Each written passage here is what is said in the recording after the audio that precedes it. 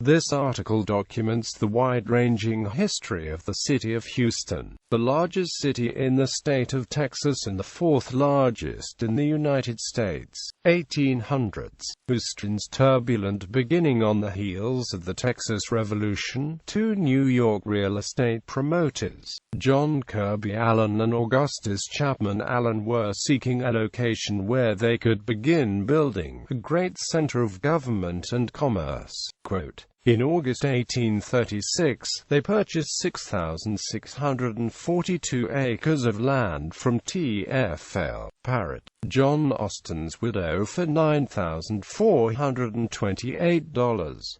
The Allen brothers first landed in the area where the confluence of White Oak Bayou and Buffalo Bayou served as a natural turning basin, now known as Allen's Landing. The city to be was named after Sam Houston, the hero of San Jacinto, whom the Allen brothers admired and anticipated to be the first president of the Republic of Texas.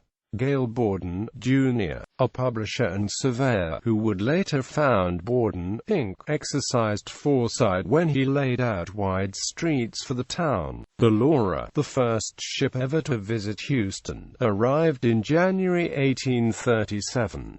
On January 1, 1837, the town comprised 12 residents and one log cabin. 4 months later there were 1,500 people and 100 houses. The city was granted incorporation by the state legislature on June 5, 1837, and was made as the temporary capital of Texas. At this time, drunkenness, dueling, brawling, prostitution, and profanity began to become a problem in early Houston. Soon, Houstonians were prompted to put an end to the problems, and so they wanted to make a chamber of commerce just for the city. A bill had been introduced on November 26, 1838 in Congress that would establish this entity. President Mirabeau B. Lamar signed the act into law on January 28, 1840. This move could not have come sooner, as the city was suffering from financial problems and numerous yellow fever outbreaks, including an 1839 outbreak that killed about 12% of its population. Also, on January 14, 1839, the capital had been moved to Austin, known as Waterloo at the time. On April 4, 1840, 7 men met at the Carlos City Exchange and enacted the Chamber of Commerce. The 7 men were Thomas M. League, Henry R. Allen, George Gazelli, John W. Pitkin, Charles Kessler, E. S. Perkins, and DeWitt C. Harris. The Chamber's community development efforts would revive the frontier village. In 1840, the town was divided into 4 wards, each with different functions in the community. The wards are no longer political divisions, but the names are still used. The Texas government started to promote colonization of the state. The Allen brothers started to promote the town at the same time that the Republic of Texas started promoting settling of Texas. They noted plans to build a sawmill and offered lots for sale at moderate prices. In the manner of town boomers, the Allens exaggerated a bit. However, digging for a proposed port of Houston began when Congress approved a move to dig out the Buffalo Bayou on January 9, 1842. Funding was awarded which amounted to $2,000. Houstonians had mixed opinions over the apparent statehood of the country. When Mexico was again threatening Texas, President Sam Houston moved the capital to Houston on June 27, 1842. However, the Austin residents wanted to keep the archives in the city. This would be known as the Archive Wars. The capital was then moved to Washington on the Brazos on September 29.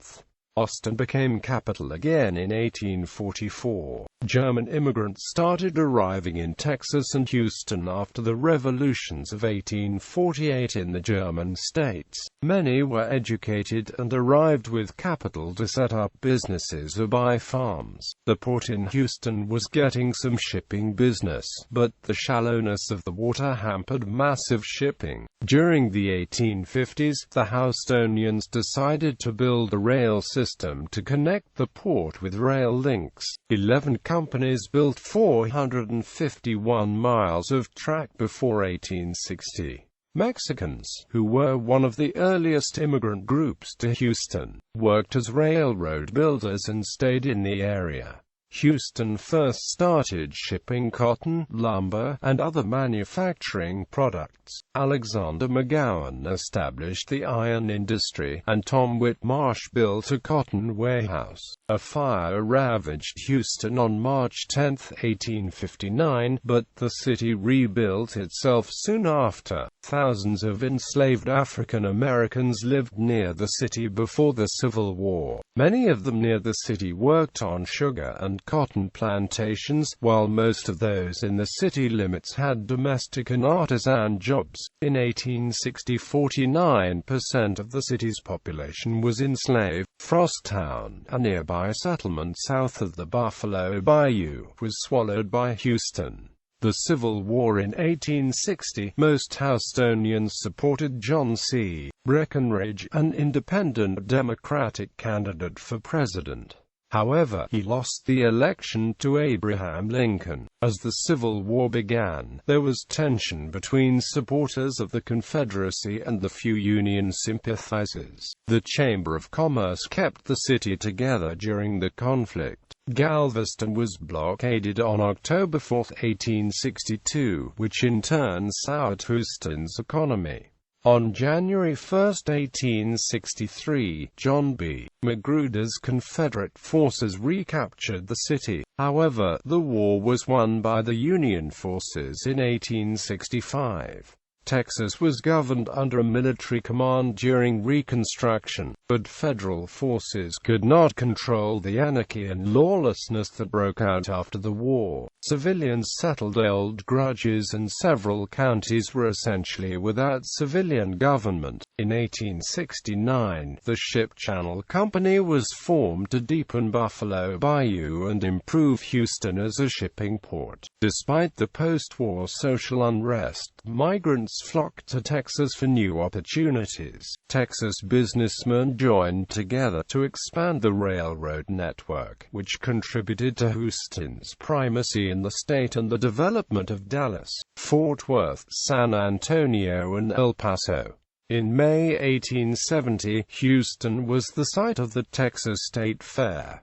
The fair remained in Houston until 1878. After Texas was readmitted to the Union on April 16, 1870, Houston continued its growth. Houston became a port of entry on July 16, 1870. Its new charter drew up 8 wards. Many freed slaves opened businesses and worked under contracts. The Freedmen's Bureau stopped abuse of the contracts in 1870. Many African Americans at the time were in unskilled labor. Many former slaves legalized their marriages after the American Civil War. White legislators insisted on segregated schools. After white Democrats regained power in the state legislature in the late 1870s, they began to pass laws to make voter registration more complicated, with the effect of disfranchising African Americans. The elections of 1876 were accompanied in many southern states with fraud and violence to suppress black voting. As white Democrats secured the power, they passed Jim Crow laws to establish and enforce legal segregation across the state. In 1874, Houston's first permanent public transit system began to be operated by the Houston City Street Railway Company. From 1874 until 1891, all of the transit service was operated using mule-driven streetcars. When electric streetcars began to be implemented in the place, The conversion to electric streetcars was completed in 1892. Lumber became a large part of the port's exports, with merchandise as its chief import. The Houston Post was established in 1880.